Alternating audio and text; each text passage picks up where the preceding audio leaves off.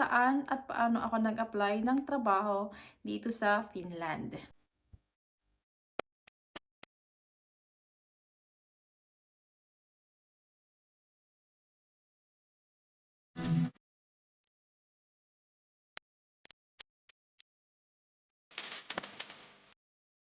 Hello everyone, welcome to my channel, and if you're new here, welcome! I'm Julian Cañada, and for today's video, pag-uusapan natin kung saan at paano ako nag-apply ng trabaho dito sa Finland. Some of you are asking me to make a vlog kung paano nga ba ako nag-apply ng trabaho dito sa Finland.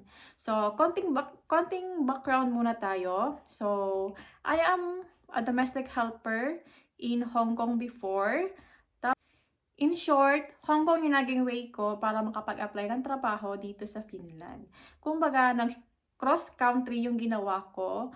Pero meron naman pong mga agency dyan sa Pilipinas kung saan pwede kayo mag-apply papunta dito sa Finland. But of course, this is about me, kung paano ko ginawa yung pag-apply ng trabaho papunta dito sa Finland.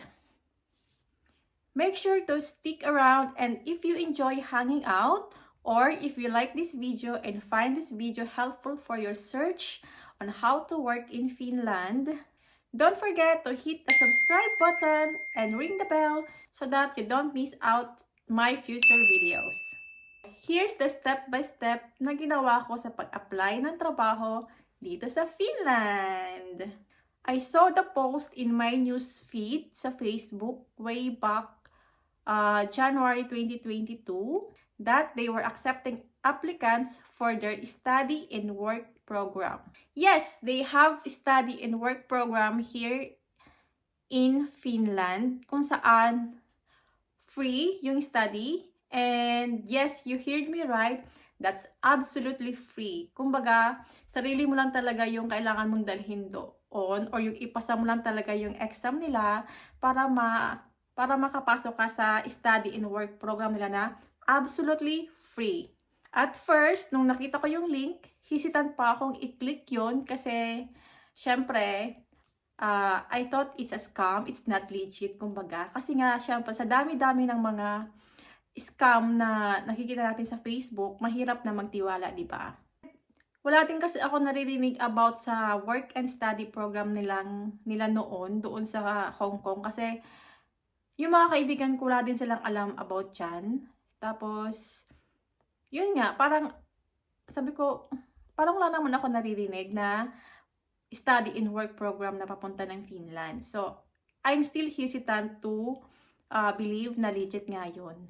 Pero, out of curiosity, syempre na-curious din ako. Sabi ko, why not give it a go? Inopen ko yung link nila and I saw there about the post ng mga students nila na kung saan nakapag-enroll na sa program nila. Keep scrolling and reading about the article just to make sure na legit nga sila.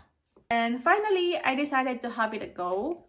I opened the link, tapos nakita ko doon, andun si Sir Yusi, nakita ko kung paano gagawin yung process ng kanilang study and work program, paano ka makakapasok sa program nila. Video makikita nyo kung step by step, makikita nyo yung mga students nila na nagbibigay ng kanilang mga testimony Tapos, makikita nyo si Sir Yusi. Siya yung head ng HSS. So, actually, Work in Finland is hawak siya ng HSS. So, HSS stands for Healthcare Staffing Solutions, OI. So, dito sa baba ng video, makikita nyo yung paano kayo mag-fill up ng form. So, i-fill up nyo lang yung form dyan. Tapos, i-submit nyo lang. Tapos, may marireceive kayong email if they are open already. Kasi nga, before, as far as I remembered, hindi sila ganun ka-stricto sa pag-accept ng applicants. Like, every month, before around 2022, nag-open sila every month ng new batch para makapag-aral ng kanilang program, para makasali sa program nilang study and work program sa Finland. Tapos, as I've heard ngayon, hindi na sila ganoon ka-open sa mga applicants. Kumbaga, bihira na sila mag-open ng new applications para sa mga aspiring applicants na gustong makapagtrabaho dito sa Finland.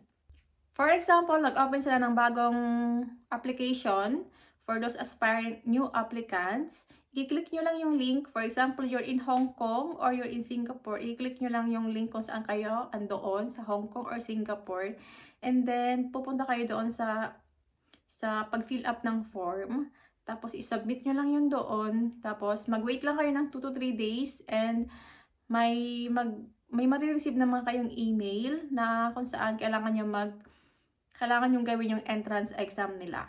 After nyo makareceive ng email na kailangan nyo na mag-entrance exam, so, yun na, kailangan nyo nang gawin yung entrance exam, kailangan nyo make sure na naipasa nyo yun. Kasi kapag hindi nyo yun naipasa, hindi na sila nagbibigay ng second chances. Kapag nakita nila na nag-apply ka ulit, madedetect nila yung email mo, so hindi ka na nila tatanggapin. Hindi ka na nila bibigyan ng entrance exam email. After ko nga makapag-exam noon, nag-wait ako ng 2 to 3 days and they said that the results will be out 30th of January, Sunday at 7 p.m. So, we have time differences. So, kumbaga, 5 hours yung difference natin sa Hong Kong from Finland. Hindi ko pa inopen yung email ko kasi wala naman ako nare-receive na notification. Tapos, so maybe around 11 p.m., nag-try ako mag-open ng spam ko. And then, boom! Tada! The email says, "Welcome to study online Finnish. You are accepted." Yay! So yun, nasagot na yung first step para makapag-aral tayo ng online Finnish language nila para sa ating program. So, they announced the result by Sunday, January 30, and January 31, nag-start na kami magkaroon ng WhatsApp group kung saan andon yung aming teacher, yung Ope, si Ope yan na. Siya yung naging teacher namin noon. For example, nag-take ka ng exam tapos wala ka na-receive na email, ibig sabihin hindi ka nila na napili o hindi ka nakapasa. So, maybe try again another time. Ngayon kasi masyado na silang istrikto. Kapag once na hindi mo na ipasa ng first take yung exam nila, wala na, hindi na sila nagbibigay ng second chances. Madaming nangyaring ganyan sa mga kaibigan ko na sinabihan ko mag-try. Tapos, naka-receive sila ng email na mag-test sila ng entrance exam. Tapos, pag after ng entrance exam, hindi nila na ipasa yung exam, hindi na sila in-accept for another take ng mag-open ulit sila ng panibagong batch. To make the story short, I fill up the form and then I receive an email na kailangan ko mag-exam ng entrance exam. Then, nag-take ako ng exam for entrance exam nila and then naka-receive ako ng email na accepted ako sa online Finnish course nila. Nagkaroon ako ng account sa Supercooloo kung saan ibibigay din nila yung account mo para ma-access mo yung andun kayo mag-start na mag-aral. Doon yung mga modules, doon yung mga materials kung paano yung aaralin yung language nila. Kasi nga, they need you to study first their language kasi Finland is not an English-speaking country. They have their own language, which is Finnish. And I can say that it's really difficult. Their language is really difficult for me. Kasi ang dami nilang mga words na binabago or may mga endings silang binabago. Kaya para sa akin, it's really difficult. Kaya sabi nila, you need to study the language in order to work here in Finland. Ganoon. As of now, compared sa mga batch namin noon na nauna, hindi naman kami totally yung nauna. Actually, batch 23 ako noon. So, may mga mas nauna pa sa amin. Pero, sa batch namin noon na 23, tapos mga sumunod na 23, 24, 25, hindi pa ganun ka-stricto si Work in Finland or si HSS pagdating sa mga applications. Tapos, ngayon, nag-start kami ng end of January and then September at the same year, andito na kami sa Finland. Not unlike today, na yung mga applicants dyan sa Hong Kong, kailangan nilang mag-wait na maipasa nila yung practical nursing dyan sa Hong Kong. So, meron na sila dyan na mga classroom and practice room kung saan kailangan nilang mag-aral ng language first and maipasa yung Huweba Abustaya, maipasa yung practical nurse. Ganun na sila ka-stricto. Kasi nga, nag-stricto na din yung government nila dito sa Finland. Hindi na sila basta-basta nagpapapasok ng mga ng mga estudyante na, kumbaga, dito nila diretso yung pag-aaral. Hindi kagaya sa amin noon na after na yung maipasa yung A1, A2, nag-flight na kayo papunta dito sa Finland para dito na kayo mag-aral ng Huweba Abustaya, ng Lahi Hoitaya or Practical Nurse. Ngayon, kailangan nyo nang ipasa dyan sa Hong Kong or Singapore yung Huweba Abustaya nyo at yung Lahi Hoitaya nyo or yung Practical Nursing course ninyo. As I've heard, yung isang kaibigan ko doon, naipasa niya na yung mga A1 niya, A2 niya, pati yung practical nursing niya ata. They are still waiting for flight updates para makapunta na dito sa Finland. Kasi madami din naman talagang kailangan na workers yung Finland. Kaso nga lang, medyo down yung economy ata nila. So, masyado sila naghigpit sa pagpapapasok ng mga foreigners na workers. I think that's all for kung saan at paano ako nag-apply. So, ngayon meron na kayong idea. Kung nasa Hong Kong kayo or Singapore, you can always try to follow their page. Work in Finland.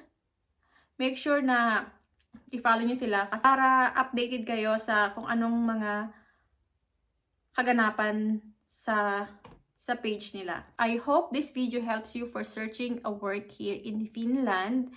If you are in Hong Kong or Singapore, ito yung step-by-step na process ng HSS sa mga applicants nila. HSS really helped me a lot para makapunta dito sa Finland. And masabi ko na nabago yung buhay ko. Char. Oo, nabago talaga yung buhay ko ng HSS. So, I'm super thankful for them for giving me this opportunity na makapag-study and work ng libre dito sa Finland. And I hope sa mga makakapanood itong video na to, makatulong to sa inyo and maging way to para makamit nyo din yung gusto nyo na trabaho or yung matupad nyo din yung mga pangarap nyo na makapagtrabaho dito sa Finland, the happiest country of the world. Finland. If you have any questions, don't hesitate to comment down below and I will be happy to assist and help you out with your questions. Thank you for watching and don't forget to give this video a thumbs up and please do consider to subscribe to my YouTube channel, Julie Ann Cañada, Practical Nurse here in Finland. I hope you are all doing well and sana makamit nyo din yung mga pangarap nyo makapagtrabaho sa Finland or kahit saan pa man yung bansa. Kiitos kon katsoit! Mukha ba? Heippa! Nahdantas! Thank you for watching. Have a great day and hope to see you again.